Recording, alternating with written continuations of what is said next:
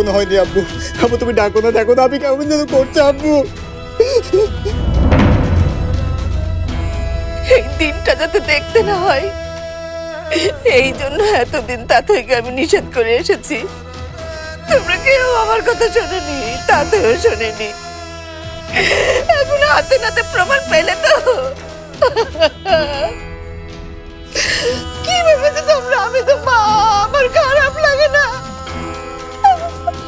আমি কি পাথরের তৈরি?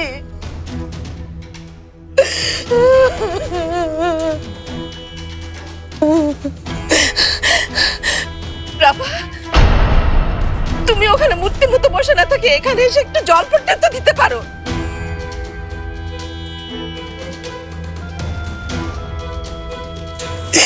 কিছু হবে না, কিছু হবে না, কিছু হবে না তো রাতে, কিছু হবে না, কিছু হবে না বাবা, কিছু হবে না, কিছু হবে না।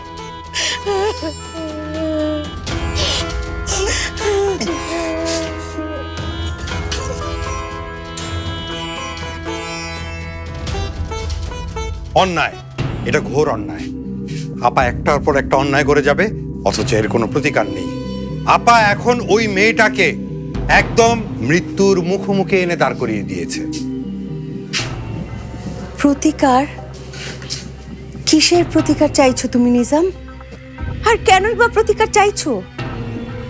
ভুলে যেও না, ওরা আমাদের কেউ না, আর কোনোদিন কেউ হবেও না। আপার বিরুদ্ধে দাঁড়াবার সাহস বা ক্ষমতা তোমার আমার কারোরই নেই। যেখানে আমাদের কোনো ক্ষমতাই নেই, সেখানে চুপচাপ মেনে নেয়াই ভালো। আরেকটা কথা মনে রেখো নিজাম, আপা যা করছেন সেটা আমাদের জন্যই করছেন। ভুল কথা, মিথ্যা কথা। আপা যা করছে তা সব তার নিজের জন্য। এ জীবনে আসার আগেই আপা তন্ত্র মন্ত্র কালো জাদু সব প্র্যাকটিস করে এসেছেন। এখন সেইটাই সে জীবন হিসাবে নিয়েছে। আপার এক চোখে হলো কালো জাদু, আরেক চোখে হলো মানুষের প্রতি ঘৃণা।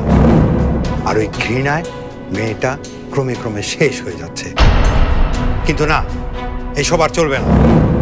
কি করবে তুমি? যদি তাথইয়ের একটা কিছু হয়ে যায় আজকে, সিলসিলা মনে রেখো, আমি আমার আপাকে ছাড়বো না।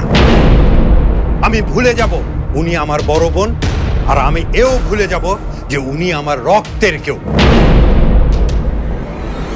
আসুন ডাক্তার সাহেব, আসুন। এই যে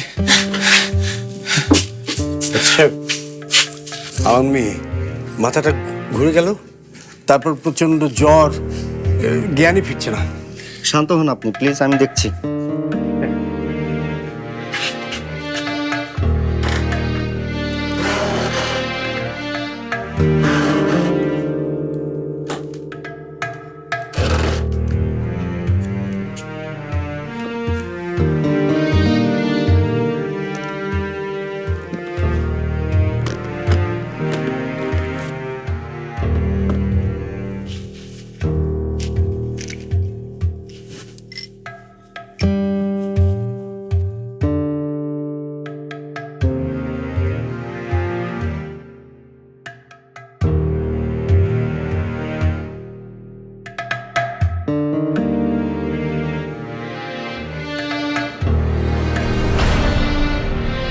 স্ট্রেঞ্জ, এমন পোড়া দাগ আমি কখনো দেখিনি।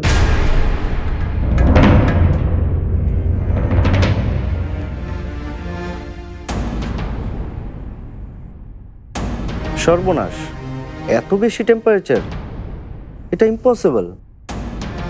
কি হয়েছে ডাক্তার সাহেব? কি হয়েছে আমার মেয়ের? কি যে হয়েছে সেটা তো আমিও বুঝতে পারছি না। টেম্পারেচারটা এত বেশি, এটা কোনোভাবেই স্বাভাবিক না।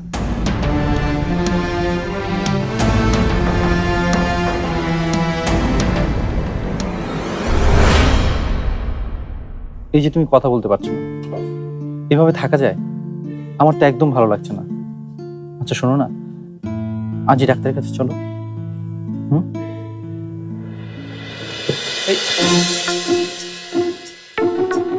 ডাক্তার কাছে যাবে না কিন্তু কেন?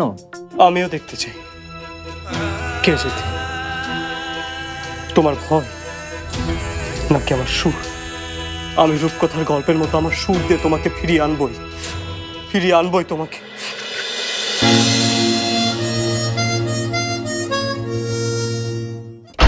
তাথুর কি করবেন না সেটা আমার জানার দরকার নেই, কিন্তু আমার কণ্ঠ ফিরিয়ে দিতে হবে, ঠিক 2 দিনের মধ্যেই ফিরিয়ে দিতে হবে। এই খবরদার, একদম না। আঙ্গুল তুলে কথা বলবি না। কি ভেবেছিস তুই আমাকে? হ্যাঁ, কি ভেবেছিস?